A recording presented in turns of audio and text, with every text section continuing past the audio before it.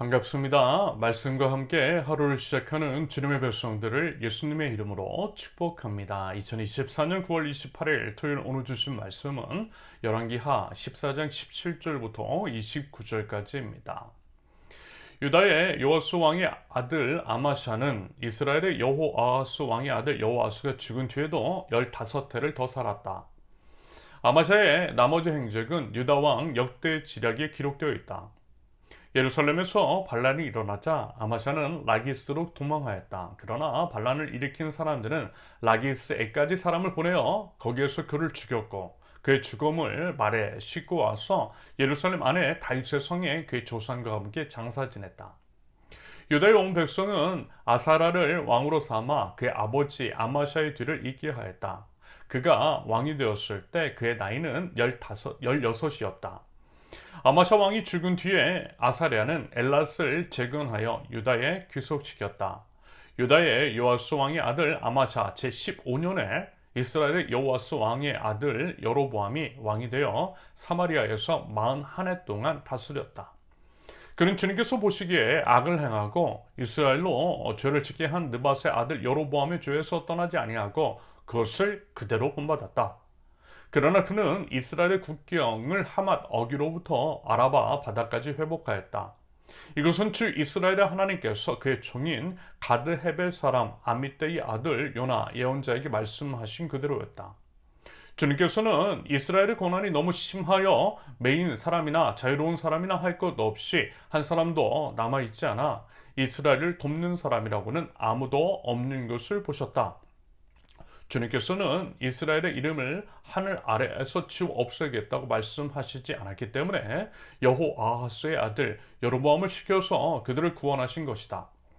여로보암의 나머지 행적과 그가 한 모든 일과 그가 전쟁에서 보인 능력과 유다에 속하였던 다마스쿠스와 하맛을 이스라엘에게 되돌려 준 일들은 이스라엘 왕 역대 지략에 기록되어 있다. 여로보암이 그의 조상인 이스라엘의 왕들과 함께 누워 잠드니 그의 아들 스가랴가 그의 뒤를 이어 왕이 되었다. 아멘. 오늘 본문은 어제 말씀에 이어 남유다의 왕 아마샤의 마지막 행적에 관한 이야기 이어서 북이스라엘의 왕 여로보암. 여기서 이제 여로보암요, 북이스라엘의 첫 번째 왕 여로보암과 이름이 같은, 그래서 이제 통상 여로보암 2세로 통칭이 되는 자에 관한 내용입니다. 먼저 남유다의 왕 아마샤에 관한 이야기입니다. 17절부터 22절까지.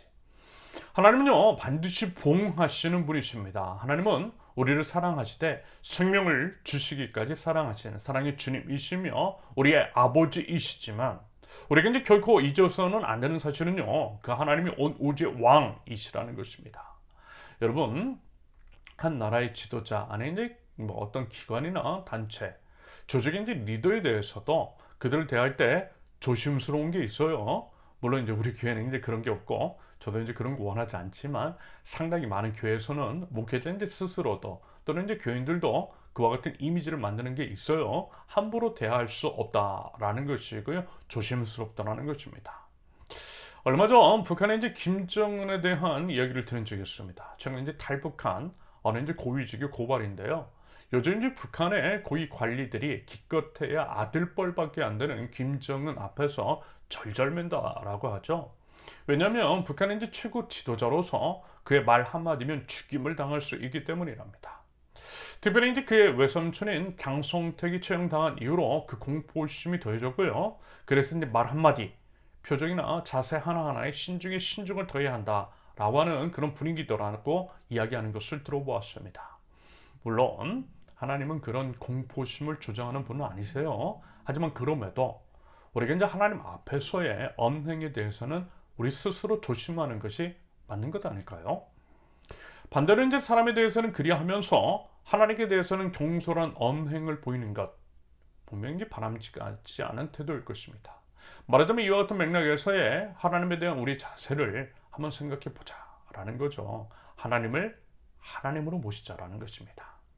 그런 면에서 봤을 때 참 많이 아쉬워요. 특별히 이제 성경에 등장하는 여러 인물들, 지금 나누고 있는 열왕기에 등장하는 여러 왕들을 보면 너무 많이 아쉬워요. 하나님에 대한 온전한 태도를 보이는 사람이 거의 보이지 않기 때문입니다.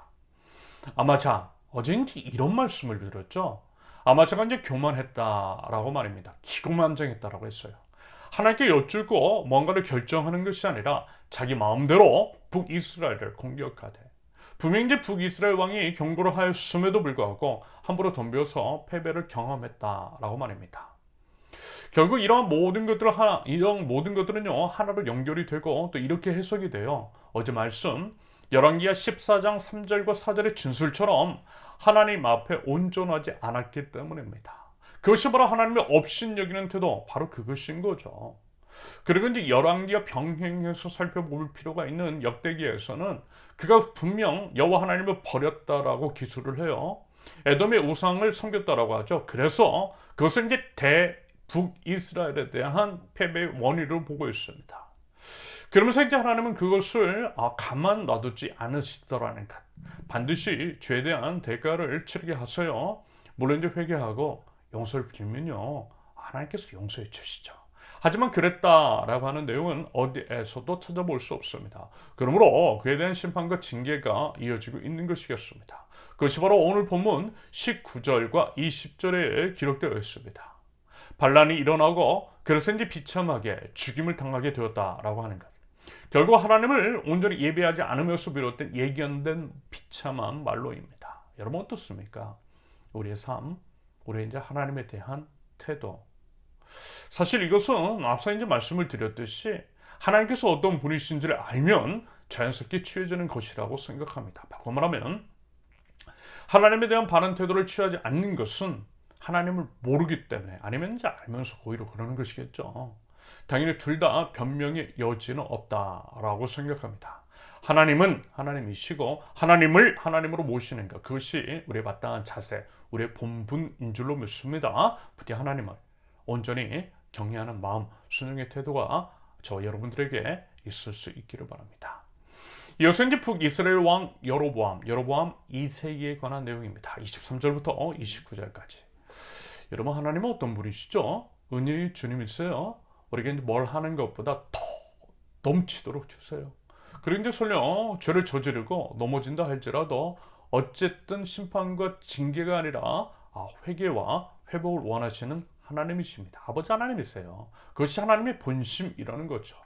하나님은 분명 사랑의 주님이시고요, 은혜의 아버지세요. 그래서 보세요, 24절을 보면 여로보암은 분명 하나님 앞에서 범죄했어요.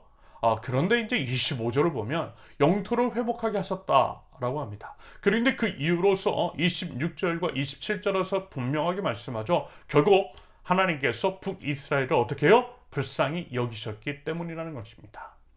아울러 이제 하나님의 약속 때문에 다시 말해서 이 땅에서 이스라엘의 이름을 지워 없애버리지 않겠다라고 하는 약속을 이미 하셨기 때문이라고 말씀해요. 하나님은 약속을 반드시 지키시는 신실하신 주님이십니다. 여러분, 결국 이게 무슨 의미냐면 한마디로 이런 거예요. 우리의 죄보다 하나님의 은혜와 하나님의 사랑이 훨씬 더 크다라는 거죠. 우리의 죄를 압도하고도 남을 만큼 크다라는 것입니다. 아마 이제 이게 여러분 이해가 되실지 모르겠습니다. 여러분 어떻습니까?